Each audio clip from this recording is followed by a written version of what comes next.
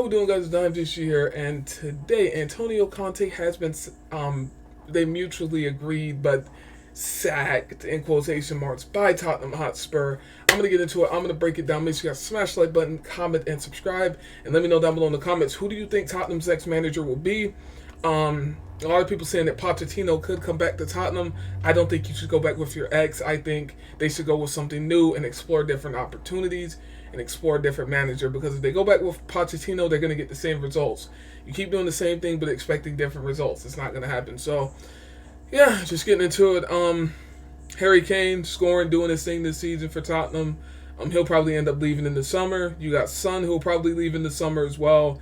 Not winning trophies, not doing anything at Tottenham. They're just there to be there. They're not winning anything. So eventually they're going to want to leave and go to a Champions League team. If Tottenham fail to get top four, they'll definitely out. They'll be out because they're not going to play Europa League.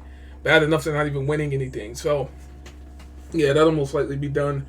I think half of that Tottenham team probably will end up being gone at some point. Definitely probably by this summer or next summer. I think that's what it's going to take. I think Tottenham just need a whole rebranding, a whole reshift. I think it's too much bottling, too much choking. And yeah, I dug into Daniel Levy's past, and it is what it is. Daniel Levy, who Conte called out, calling out their board. And, you know, he's Jewish, just like the Glazers are. When I dug into his background, if we go look at this, it's a common trend with these guys, man. These business guys are Jewish. They're Jewish. Daniel Philip Levy, born February 8th, 1962, is an English businessman who is the current chairman of Premier League football club Tottenham Hotspur, has held his post since 2001. So 2001, about 22 years. So around the time the Glazers came about, because I think they took over Man United in 2005. He was born in Essex, England.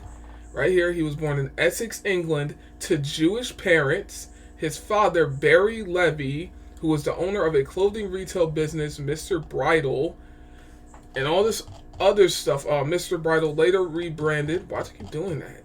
Later rebranded as Blue Ink.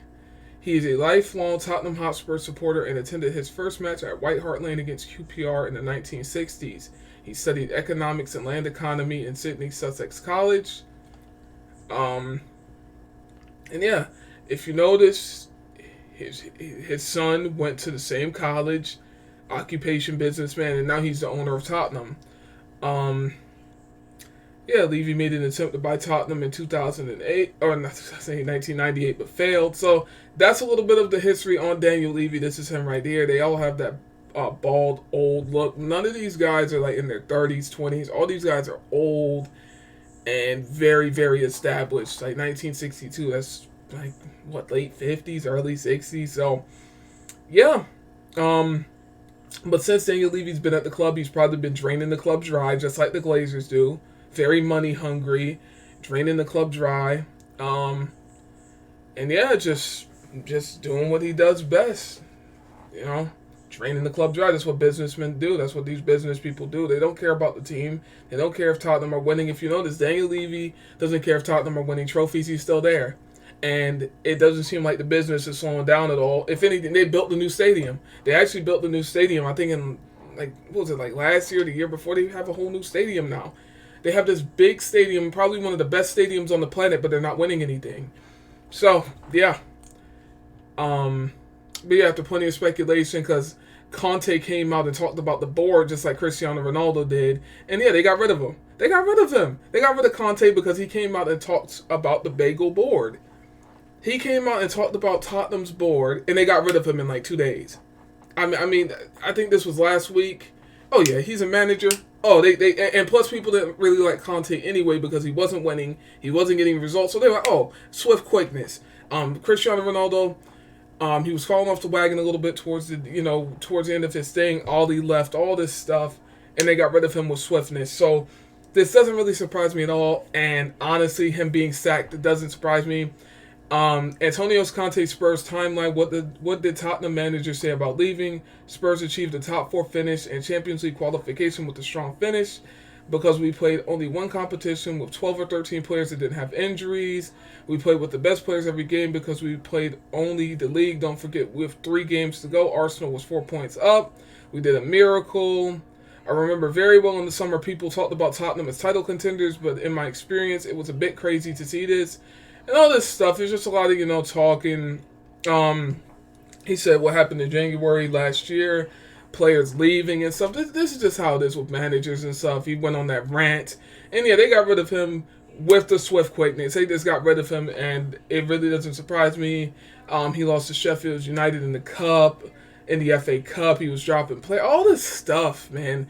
Honestly, he Conte's been to Inter Milan and he went to Spurs. All this, he's been all over the place. He'll probably end up back at Inter Milan because once again, with these Premier League teams or with football in general, basketball, any sport, it's all in house. They don't go outside. If you're an outsider, man, you gotta earn that. It's almost like the streets, but in sports, you gotta earn that respect to get inside of the bubble. You can't just be Joe Schmo. Like, right? If I walked in to, I don't know, an EFL League 2 team, right? I would have to earn the respect of the team. It's just like anything else. You got to earn the respect. You can't just walk in and be an outsider and nobody knows who you are. But yeah, once again, these guys are old, raggedy, and established. They're established already. So for him to get sacked, it's like nothing new because his payout is going to be crazy. It's probably like 20, 30 million.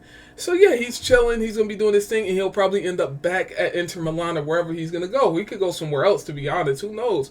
We will see in the future. So yeah, guys, I want you to let me know down below what you think of the Tottenham Hotspur sacking. I think Tottenham need to start from scratch, get a different manager, completely start over, get rid of the assistant coaches, all the coaches, scrap all that, and just get a whole new training ground staff, everything, physios. I think it all needs to start from top to bottom. Don't think Daniel Levy's going to go anywhere. But if he does, that would be to the benefit of Tottenham because he's been leeching the club dry for over 20 years, and they have not won many trophies at all. They haven't won a Champions League, a Premier League, I don't think. Let me know down below. I don't think they won the Premier League since Daniel Levy's been there. Maybe they have. I don't think so. And yeah, we will see what happens in the near future, but don't be expecting too much Tottenham fans because it's going to be a slow, long process, just like it was with Manchester United. I had to wait over it's been almost 9 years. And it's still ticking because we're still not back yet 100%. So yeah, buckle in and strap up. It's been Will Night, you guys, and I'm out. Peace.